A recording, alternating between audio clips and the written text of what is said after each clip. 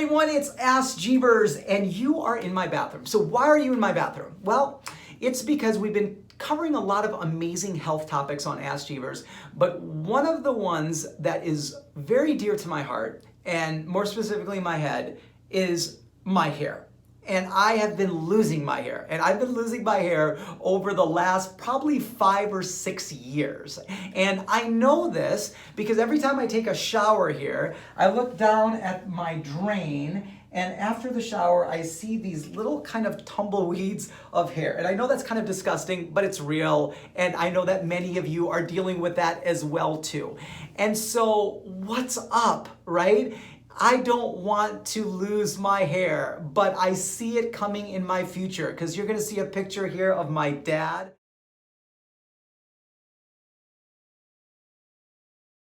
And do not be fooled by the comb over. He is bald. And I know that if I don't do anything about it right now, that is going to be me. And it could be coming a whole lot faster if I don't do the right thing. So here's the thing. Now I know a little bit of why this is happening, okay, right? So for those of you that are losing your hair or not having regrowth as fast or as much as before, or if your hair is getting thinner, finer and finer and finer, what that is impairment or deterioration or breakdown, if you will, of your hair follicles, okay, right? The cells that are responsible to grow your hair in the area of your hair. And that happens because a lot of different reasons. It can be genetic factors. You could have a tendency to have higher levels of certain male hormones that wreak havoc on your hair. And this happens for males and females as well too. And then they could be a lot of environmental factors, okay, right? Is that if you're stressed, if you're very stressed and stressed out a lot, do remember when you're stressed, male or female, your male hormones will increase, and that causes follicle breakdown. You can do things nutritionally that could be really bad, you know, is that eating a lot of sugar, not eating enough of the right carbohydrates, being deficient in vitamin B12, vitamin D, iron, zinc, things like that. Protein can cause you to not have that proper environment of hair growth or the building blocks for your hair. So here's the thing, you know, the reason why your follicles break down is because there's a lot of inflammation in the area, and that causes cells to break down. You're not getting proper blood supply to the area, and so you're not getting enough nutrition to the area. And then the last thing is that there could be a lot of kind of toxicity because of either the products that you use or something like that. It can cause you, or if you're not taking care of your hair because of dandruff and dryness and things like that. So all of those things can cause your hair or the environment for hair growth to be severely impaired, right? And so I know there's a lot of treatments out there, so I kind of did everything I could from a nutritional standpoint, right? I made sure that I cut out the sugars, ate the right carbohydrates, make sure I took my supplements, always was careful about the products that I use and things like that. Tried to not have as much stress, right? I mean, I'm so freaked out about this. I don't even stand underneath like one of those. It can be freezing cold and they have those heaters outside at like restaurants, and I'm even scared to stand underneath them. And so I don't think that makes a major factor, but in my head that it does. So anyways, and so, but one of the, so there's all these kind of treatments, right? There's hair transplants. That's like pretty of a major way people deal with this. There's the laser hair therapies, right? And then there is a treatment that I knew a lot of because in sports and in, I do a lot of work in sports and orthopedics and things like that. And the treatment is called PRP treatment. So it's platelet-rich plasma, okay, treatment or therapy. And so what is that? So platelet-rich plasma, let's break down those words. So platelets are a element of your blood or a component of your blood that has a tremendous amount of growth factors. They have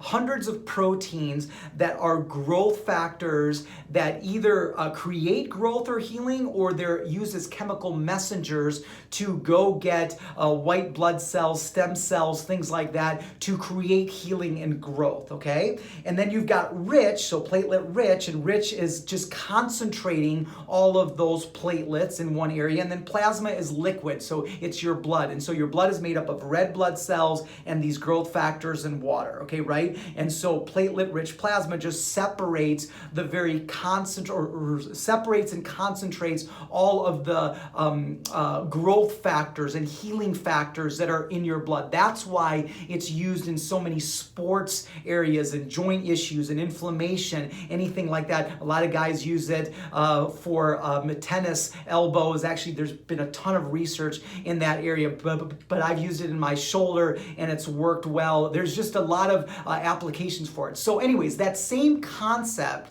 is used also for growth of hair. Because what you do when you inject back that platelet-rich plasma, that concentrated blood, if you will, of all of those growth factors, is you increase blood circulation, you increase nutrition to the affected area, because it's growth factors, you're sending growth factors and then the messengers that create more growth factors and healing to take place. And then you reduce inflammation, because with more of these growth factors, they reduce the inflammation, and so there's less deterioration. So anyways, the main things that is causing you to have either lack of hair growth or finer hair, so making your hair thinner and thinner and thinner, are the same things that platelet-rich plasma does. And so there's been a tremendous amount of study in this area. There's been some pretty good research studies. That's how I got to know of how its application was in hair. And so I figured, hey, this is a whole lot safer than taking medications or doing some of these other treatments. It's a lot less evasive than doing hair transplants and things like that. And I figure it's not that bad right now, and this could be a really great preventative thing for me, as well as something that will help to create greater hair growth. So I said, why not? So I called up my naturopath, Dr. Ashley Mayer, and sure enough, she does these treatments. And so I figured, let's go on over there and try it out. So I'm gonna give you a little glimpse of what it's like. So check this out. All right, so this is really exciting. So this is the first stage, right, Dr. Mayer, of the whole PRP treatment for my hair? Yeah. Is drawing some blood? Yeah, first we draw your blood.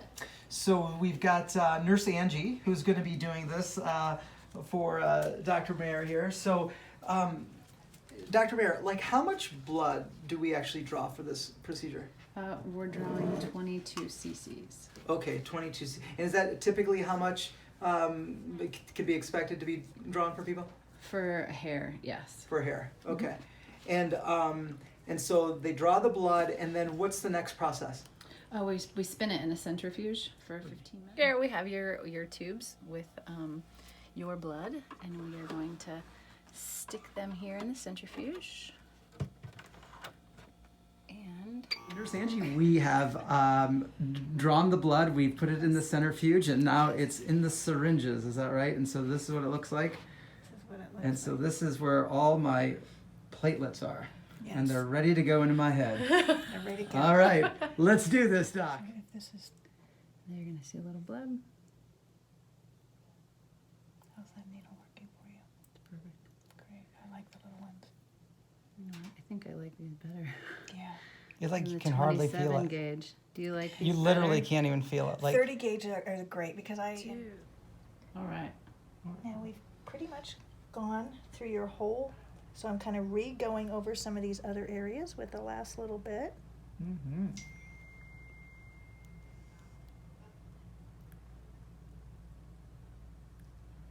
You're going to have horse mane in 2 months. I love it. Yep. Get it all in. There.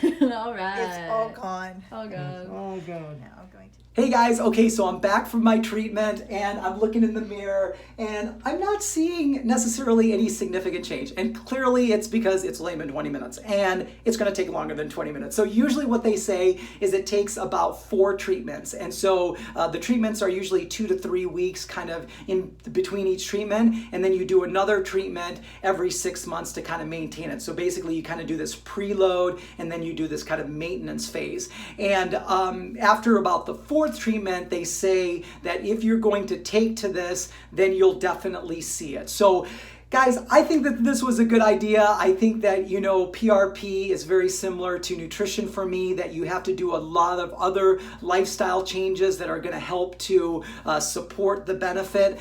So if you're eating right, if you're making sure that you stay away from inflammatory foods, if you make sure that you're getting the right nutrients that helps to build hair and things like that, and then you're also staying away from some of the products that have the toxic chemicals and things like that, I think you're going to get a greater chance of the PRP treatments working, you know, right? And they're not inexpensive, you know, they're around $600 to $700 a treatment. Usually they give you kind of a package deal for the first 4. And so, but it is on par with some of the laser hair treatment protocols, prices, and then also it's a lot less obviously than hair transplants. And so I think that if you have the right conditions in which you're not like my dad where he's like completely bald and shiny, and in those areas those follicles are dead, they're not going to create any type of regrowth. But if you do have kind of some of that baby hair growth, or that